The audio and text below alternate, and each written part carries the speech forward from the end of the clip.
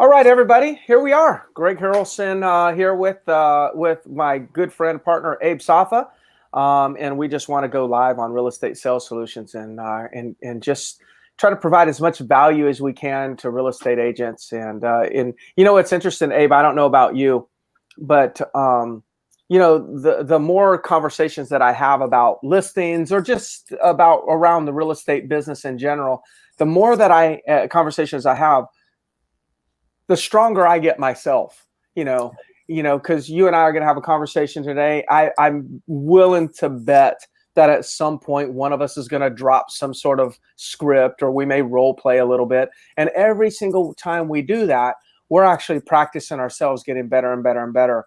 And so I just wanted to just throw that out there to anybody that might be that might hear this, that the more that you share, the more that I look at sharing as another form of practicing.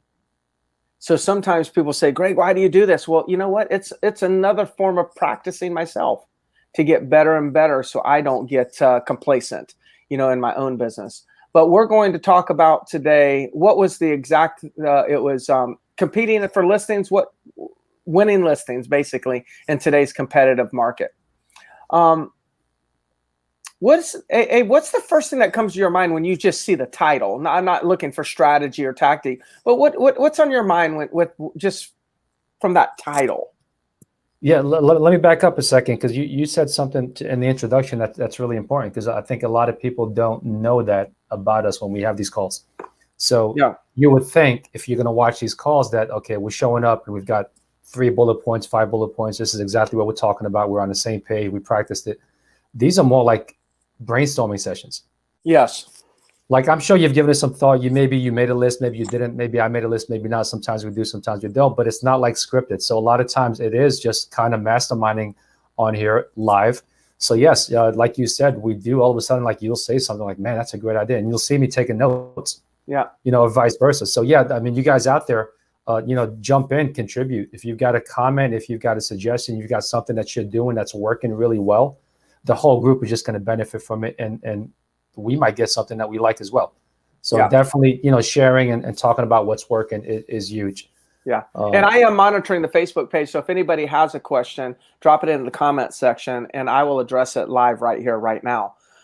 So I'm glad that you kind of shared that, Abe. So winning listings in today's competitive market, what's the first thing that's coming to your mind on that? So when I first hear that, the first 2 things that come to mind. The first one that comes to mind is being able to get listings, right? Getting them now, as opposed to what it was like getting them a year ago or 6 months ago. That's the first thing that comes to mind, is how do I generate more listings? How do I get more listings? And then the second thing comes to mind is when I hear that, I'm thinking there's competition. Okay, how do I beat out the other agent that's also out there hustling, trying to get a listing? Mm-hmm. So those 2 things really come to mind when I hear that title. Yeah. So why don't we just kind of break it down? So, and that's great. I kind of agree with all that. And I think those things resonate with me also. So what's like if we're going to answer the question, what's the key with continuing to generate listings? I think in March, maybe you took, I know you took over 15 listings in March, right? Yeah, we may not. I think it was either 17 or 19. I can't remember. Okay, something like that, yeah. And then April, it might have been somewhere in the 10 range or 8 range, and then this month you'll probably get or somewhere in the teens, or you'll probably be above 10. How many have you taken already this month? I'm at 7 as of now, but I should end up with somewhere around 12 to 15. Okay, what the projection is. And I know last month I took, I think it was 18. This month, a little bit slow. I'm probably going to be in the 10 to 12, listings taken. So the reason I say this is not to impress anybody that's listening, but to just kind of share and be transparent that we're in the trenches doing this stuff. And there hasn't been much fluctuation between how many listings I'm taking on a monthly basis this year compared to last year, compared to the year before. There might be a little bit, but not as much as one would imagine. But what has changed is the urgency that I'm experiencing as I'm attempting to get listings. Now, what I mean by that, you want to win listings today, you've got to treat every lead with urgency. Like if you get some inkling that they are thinking about selling, you get there on an appointment today. Don't wait till tomorrow. Drop what you're doing, go today. Don't say, well, let me do some research. I'll call you back and then we can talk about when we can get together. Do not do that. You say, will today at 2 work or 3 be better? You confirm the appointment. Then you worry about going and doing your research and all that other stuff. You get there. You confirm an appointment immediately. That's the first thing that comes to my mind. Before we start talking about really competing against other agents, what I got to do is make sure that I'm the first one that gets face-to-face with them. What would you add to that? Yeah, I mean, that's a great one. I mean, so definitely urgency. We feel that, some agents call it pressure, some call it urgency, but I agree. And you're spot on. I want to get in front of that person as quickly as possible. I feel like once I can get in front of them, I can close them. So it's all about setting appointments right now. Yeah. But I do want to add, it is, at least for me, it is, and you can agree or disagree based on what you're experiencing. It is taking more contacts for me right now to be able to set appointments than it has in the past.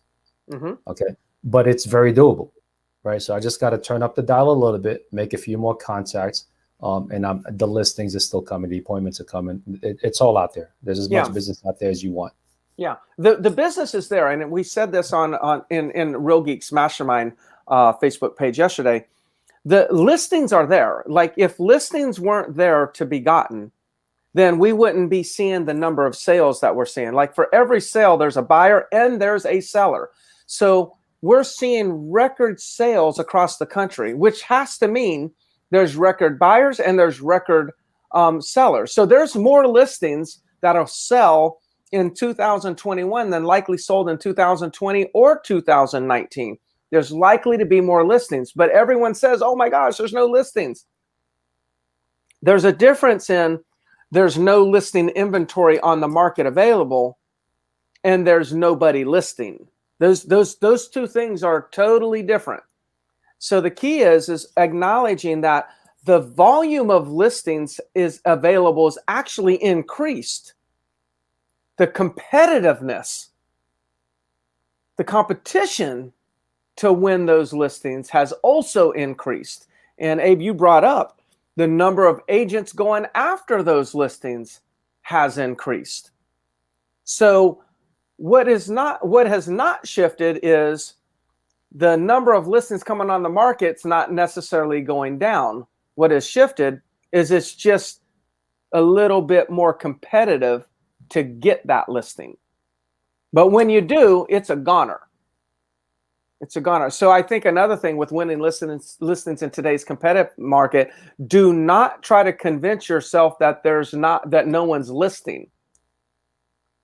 Do not confuse a lack of inventory from being a lack of sellers. That's not the case. It's just the inventory, instead of it in your MLS, instead of the inventory saying active, it says pending. So if you look at the inventory in the MLS, it's there. It's just the status is not active. It's pending. But before it went pending, it had to be active. Yeah, that's a great point. I mean, it starts with the mindset. It starts with the mindset that, hey, don't talk yourself into every single morning that, hey, there's no listings out there to be had. Do not fall into that trap. The listings are there. So start off with the mindset, as Greg was talking about, that the listings are there. Now, you may have to make some adjustments in how you operate to get those listings nowadays than you would have in the past, but they are out there to get. And my man Sam Abdullah just commented on there. Hey, Sam, it was great seeing you up in Michigan the other day. Yeah. So I actually went in their office, Adam Oberski's office, and I prospected with those guys. Yeah. Friday morning, this guy strolls in, makes one phone call, sets an appointment, and leaves. Hey, it's Sam, man. I gotta love it, man. Sam's one of those guys that, like, you could look at him and like you can't get mad at him. He's just got one of those faces that is just like, hey man, it's Sam, whatever he wants to do. That's awesome. So what is another one for you, Abe? Like, okay, so I'm kind of going after, just throwing a few out there. What are your thoughts on, what comes to your mind when it comes to winning more listings right now? What's your secret sauce? So I think it aligns with your urgency. I think obsessive follow-up. I think you have to follow up aggressively and consistently, and you have to keep moving the ball forward. You can't just sit there and be passive. If a client or a potential client is telling you that they're not ready, don't just take it at that. If they said, call me back next month, don't just let it be at that. You got to dig deeper. Okay. Why aren't you ready? What's it going to take? What do you need to see to actually make a decision? Okay. If they say next month, okay, when next month? Yeah, I'm going to call you in 2 weeks, 3 weeks, 1 week. What's it going to be? I think really kind of digging deeper and just continue to move the ball forward. So obsessive follow-up, I think, is huge right now. Don't let anything fall through the cracks. So I'm going to attempt to get a little bit more clarity. So let's just assume for a moment that I was to call you. Yeah. You were to call me. You identified that, there's a high probability that I'm going to do something in the next 30 days. 30 days. So I'm trying to qualify me as a lead. Mm-hmm. We get off the phone. I don't agree to have you come over to my house yet because I'm still 30 days out. When's the next time you're going to call me? So based on that conversation, based on this. So I want to know why 30 days. That's first. Okay. And then I want to know, when can I get in your home? So based on what you tell me, if you tell me, look, I can't have you so let me stop you. So why 30 days? I'm not going to have to start my new job in this next town until about 60 days. So I want to start about 30 days before I need to move to Atlanta. Okay. All right. So then what I'm typically going to do is still try to set the appointment. Yeah. What I want to say is, look, I know you're not ready. I know it could be 30 days, maybe even 60 days out, but let's at least do this because you're making a big move to a different city. Let's at least get together for 10 minutes.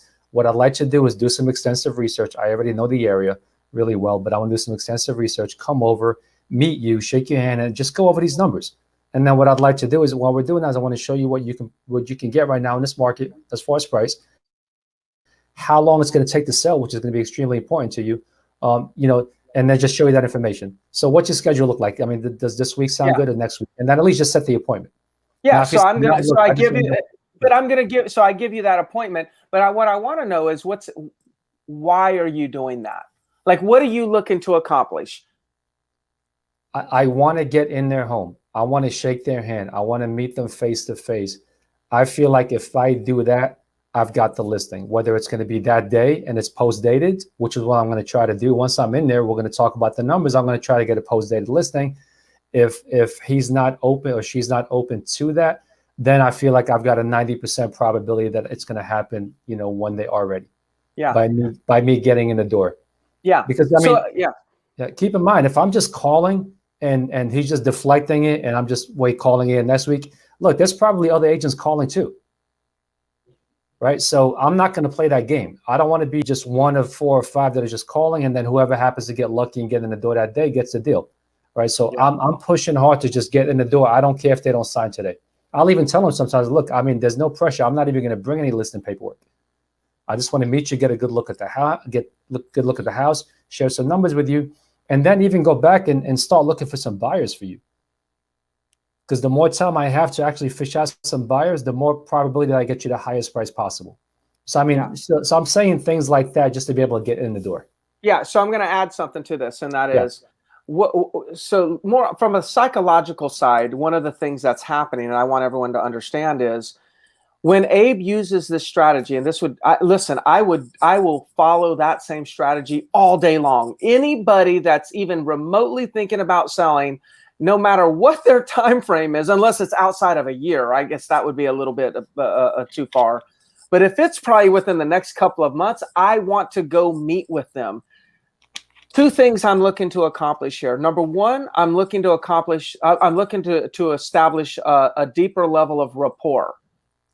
The second thing that I'm looking to accomplish is when they let me in their house, they are now making an investment in me. In other words, for them to say, yes, you can come over, even if it's only for 15 or 20 minutes, they are now having to make an investment. Not only the investment of the 20 minutes that I'm in the house, but the investment of having to do something that, or let's say that the investment of having to schedule that into their day, the investment of having to prepare the home before I came there, the investment of having to clean the counters. They made an investment. And the more I can get them to invest in me, the sooner and the more they invest in me, the more likely they are going to stay with me. So while the next person is calling and calling and calling, which is fine, when I'm calling, I'm calling somebody that's invested time in me already.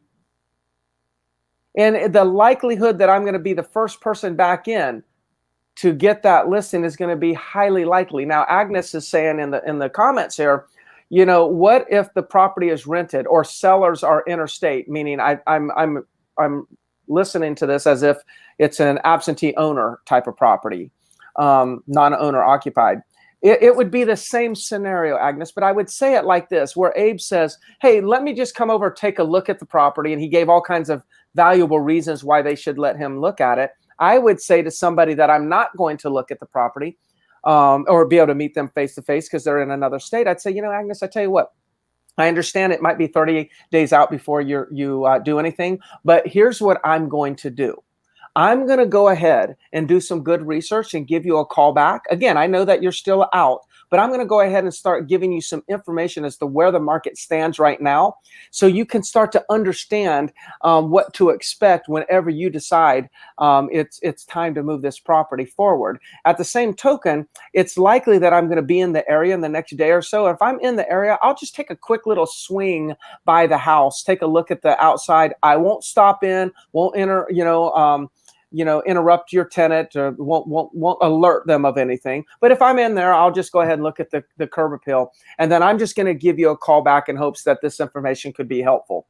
And that's what I'm going to do. I'm just going to tell them. So it's kind of like the same thing. I'm just doing it over the phone, but it's not going to be another, hey, just wanted to follow up and see if your plans have changed. And then tomorrow or next week, hey, just wanted to follow up again. No, when I call, I'm going to do a full-blown presentation as if they're listing right then. Pricing and all. That's how I'm going to do it. So you notice how both of us are wanting to, the process is kind of like moving the football down the field towards the end zone. A lot of times, if anybody watches football, you don't sit there and run one play, throw one pass or one running play and end up in the end zone. Usually it's a series of plays, then you get a first down, and then a few more plays, then you get a first down. Abe and I are looking to make sure we're looking for first downs. We're going to continue to get a first down after first down after first down until we move the ball in the end zone. In my mind, if Abe is successful at getting that appointment to go preview that property, that was a first down.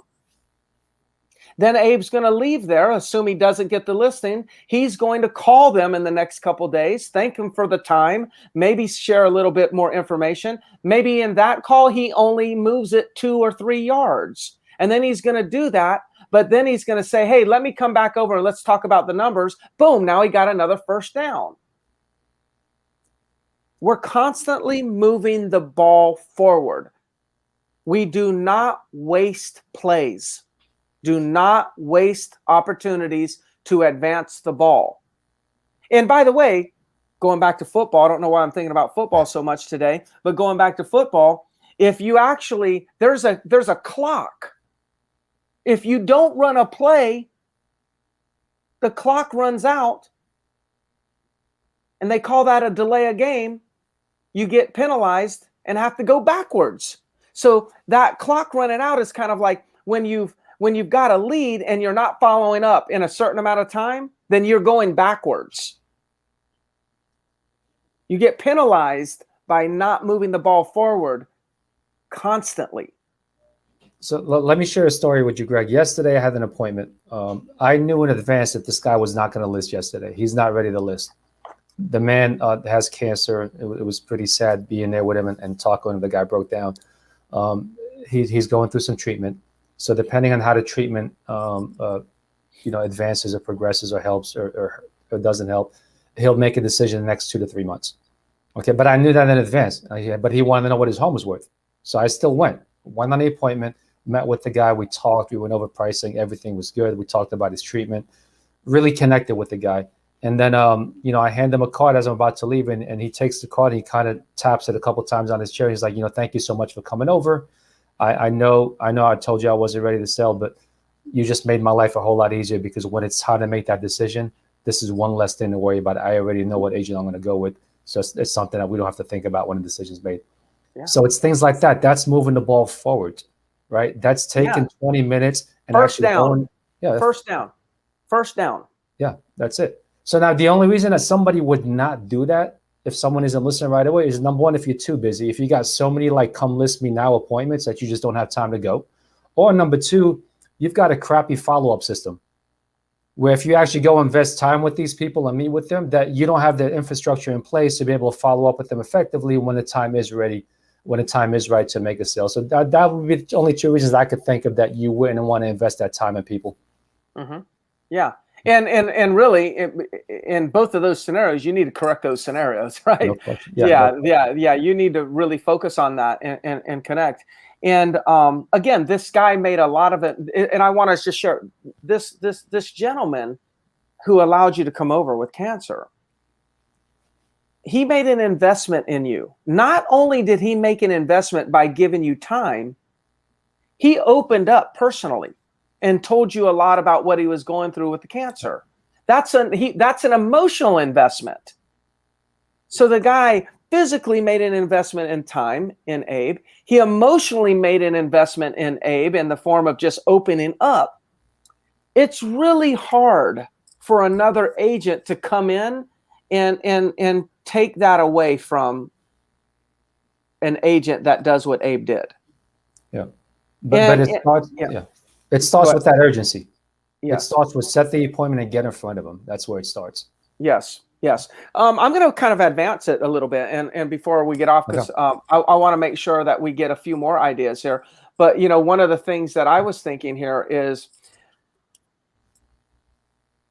be careful with sounding like every other agent. In other words, most agents are coming in right now and they're competing by saying, look, I can sell this property immediately. We have buyers. The market's hot. Agents, to me, are presenting as if the market has all the value versus the agent having value. In other words, if I'm saying the market's hot, then I'm saying you don't need me. The property's going to sell no matter what. That's what market's hot means. Oh my gosh, I'll probably sell this thing and get multiple offers, which means you don't really, it's not the agent that's doing that. It's the market that's doing that. And I'm hearing more and more agents are saying those types of things, which to me, what we're really saying is, hey, anybody can sell it. The market's blank.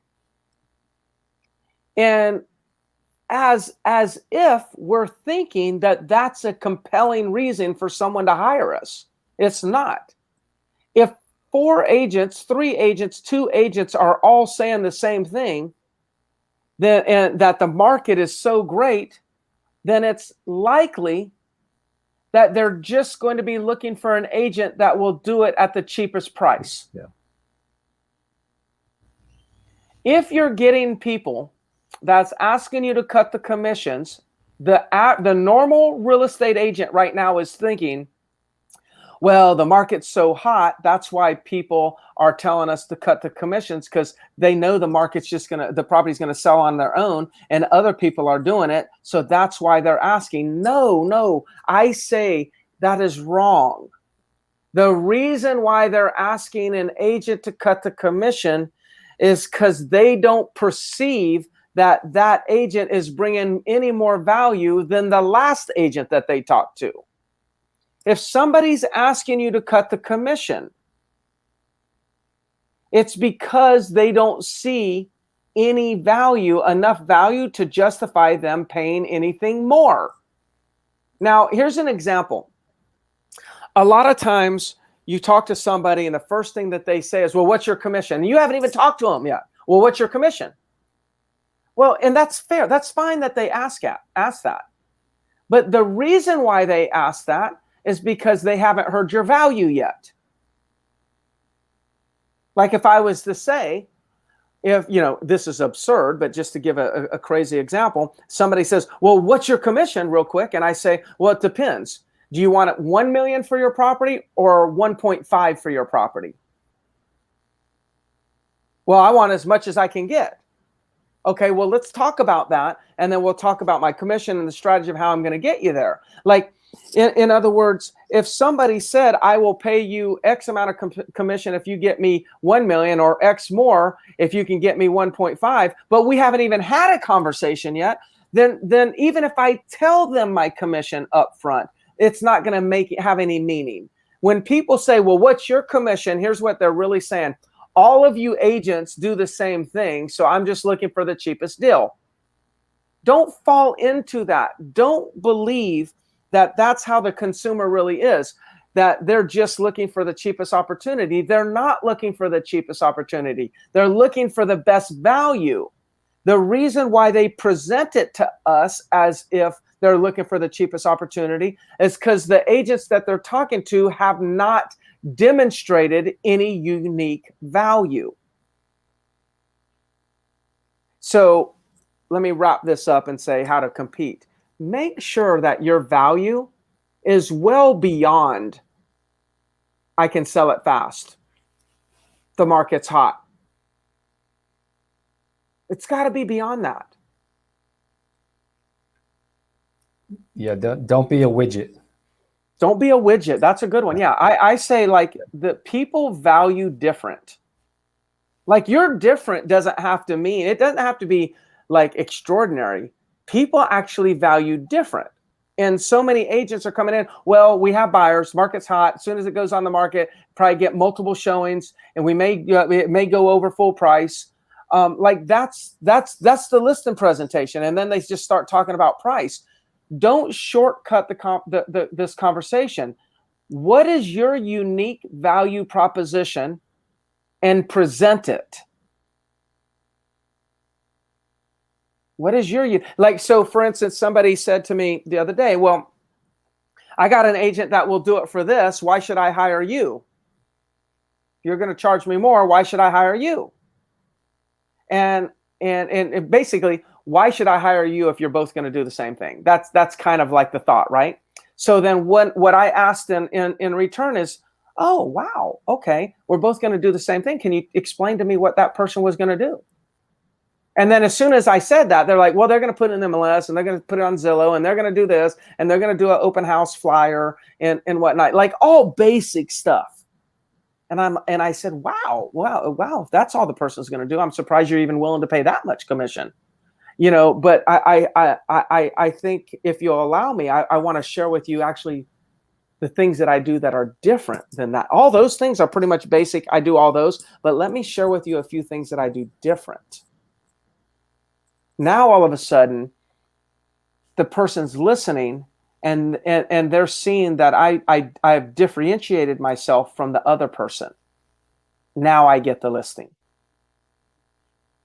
So every one of you can have a unique value, and it can differ amongst us all. But I say, you know, what I'm saying is, like, anybody can actually put it on the MLS and get an offer at, near, or at full price. Just about any agent can do that. But it's going to take an agent like me that knows how to market the property correctly, that creates the demand that puts you in position for selling it over full price. And then I say, this is how I can do that. Now that's a difference. Anything else, Abe?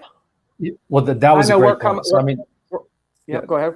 Yeah, we're coming up. We got running out of time, but that's a really important thing. I hope everybody was listening to what you said there.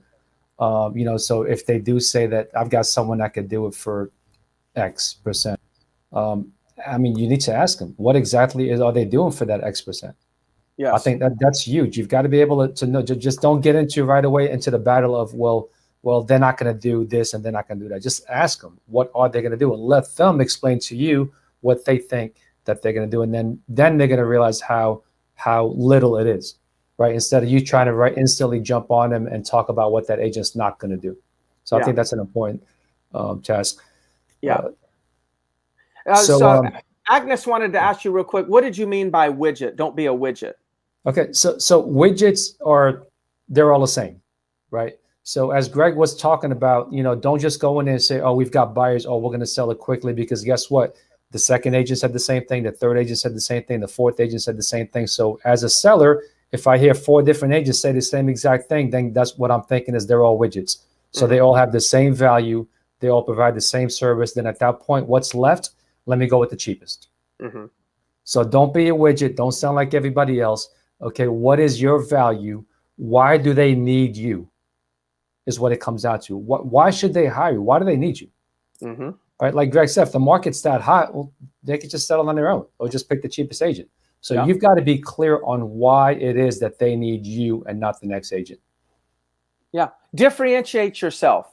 If you know, if you've got to be able to go in and demonstrate that you're different. When you demonstrate you're different, guess what? You get different results. That's basically what's going to happen. Basically what's going to happen. I would love to see your marketing plan. How could I borrow it from you? You know, Katie, thank you for asking. Thank you for asking. Just understand that just like all of us, our time is, you know, kind of limited. So I probably won't go and try to dig up things and send it. But at some point, we'll keep this on the list, and maybe we'll explain that or talk about that in a future live. But from a marketing plan, let's face it, all of us are going to do the same thing from a marketing plan. You're going to put it in the MLS and the darn thing's going to sell. But if you're asking how I'm going to get it overpriced, it's because I'm going to prospect all the agents that I know have the buyers. And I'm going to get them in there within the first 48 to 72 hours. I'm going to create so much demand in the first 3 days that they're going to be competing offers that will push into multiple offers. So I'm just trying to figure out how to get multiple offers. And you're going to do all that within the first probably 72 hours. So it won't be a big marketing plan that'll create that. It'll be a real short-term call plan and attack on your MLS, on the MLS agents. That's how that's going to work. So we might go into that a little bit further. All right, we're over the 30-minute time. Abe, any final words?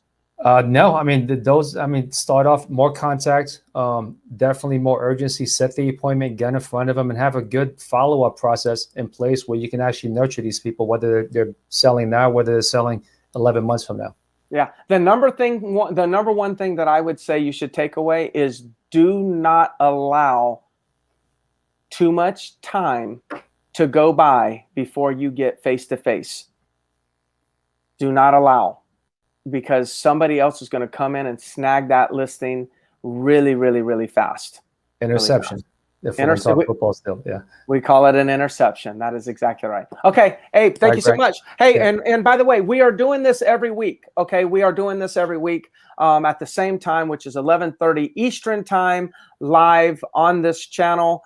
And so please comment throughout the week if you have any questions. We monitor the Facebook page. We'll answer questions. And then, go to realestatesalessolutions.com. We have a website there where we do have some courses where we get a little bit deeper into conversations. One of the most well-received courses that we've done is a course on handling objections. It's pretty cool. Oh, yeah. Where Abe and I and Brendan Payne and Kevin Mills, we do nothing more. I mean, it's hours of objection handling that we caught on recording, and it's raw objection handling, not us reading scripts. And then we discuss, after each one of us role play, we actually discuss the psychology behind why we said things. I've just gotten rave reviews about that. So that might be one you want to check out. All right, man. All right, Greg. Have a good one. Thank you all for watching. Bye-bye.